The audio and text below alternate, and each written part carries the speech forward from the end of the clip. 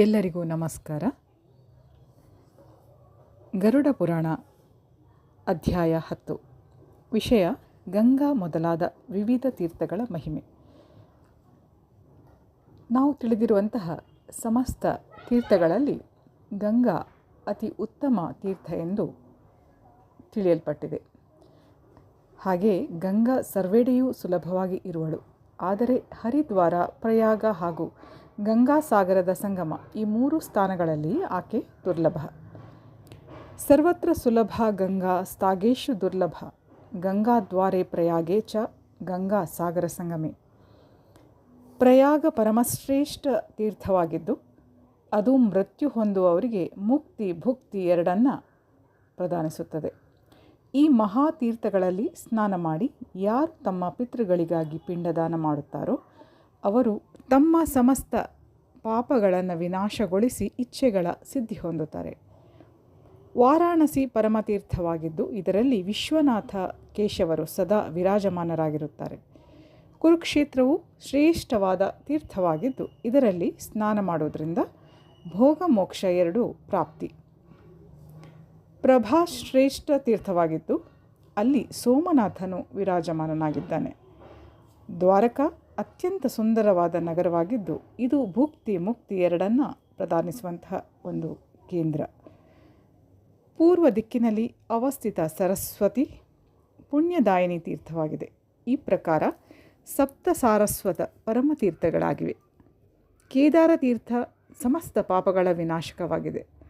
ಸಂಬಲ ಗ್ರಾಮ ಉತ್ತಮ ತೀರ್ಥವಾಗಿದ್ದು ಬದರಿಕಾಶ್ರಮ ನರನಾರಾಯಣರ ಮಹಾತೀರ್ಥ ಹಾಗೂ ಮುಕ್ತಿದಾಯಕವಾಗಿದೆ.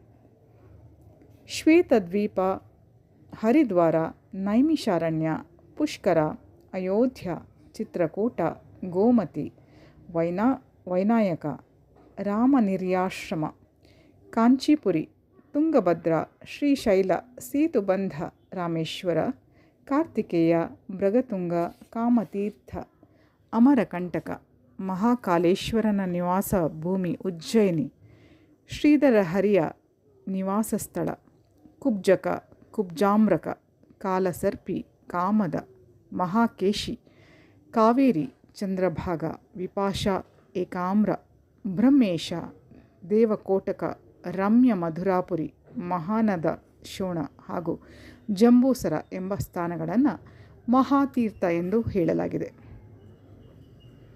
ಈ ತೀರ್ಥಕ್ಷೇತ್ರಗಳಲ್ಲಿ ಸದಾಶಿವ, ಸೂರ್ಯ, ಗಣಪತಿ, ಮಹಾಲಕ್ಷ್ಮಿ ಹಾಗೂ ಭಗವಂತ ಹರಿ ನಿವಾಸ ಮಾಡುತ್ತಾರೆ.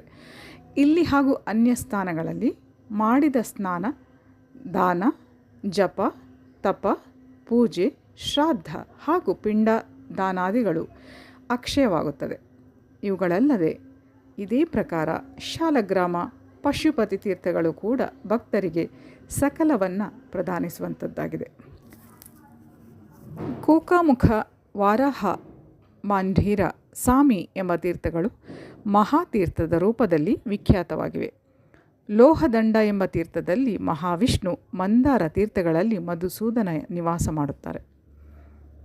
ಕಾಮರೂಪ ಮಹಾನ್ ತೀರ್ಥವಾಗಿದ್ದು ಈ ಸ್ಥಾನದಲ್ಲಿ ಕಾಮಾಖ್ಯಾ ದೇವಿ ಸದಾ ವಿದ್ಯಮಾನಳಾಗಿದ್ದಾಳೆ. ಪುಂಡ್ರವರ್ಧನ ತೀರ್ಥದಲ್ಲಿ ಭಗವಂತ ಕಾರ್ತಿಕೇಯ ಸ್ಥಿತನಾಗಿದ್ದಾನೆ.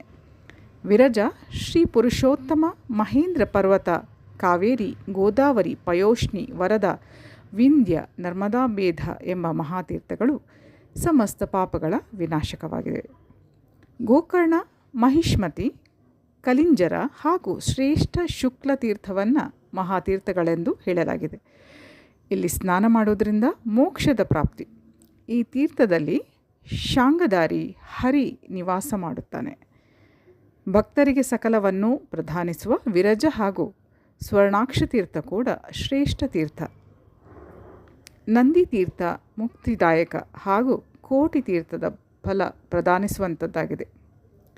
ನಾಸಿಕ, ಗೋವರ್ಧನ, ಕೃಷ್ಣ, ವೇಣಿ, ಭೀಮರತಿ, ಗಂಡಕಿ, ಇರಾವತಿ, ವಿಂದುಸರ ಹಾಗೂ ವಿಷ್ಣು ಪಾದೋದಕ ಮಹಾಪುಣ್ಯದಾಯಕ ಪರಮತೀರ್ಥಗಳಾಗಿವೆ.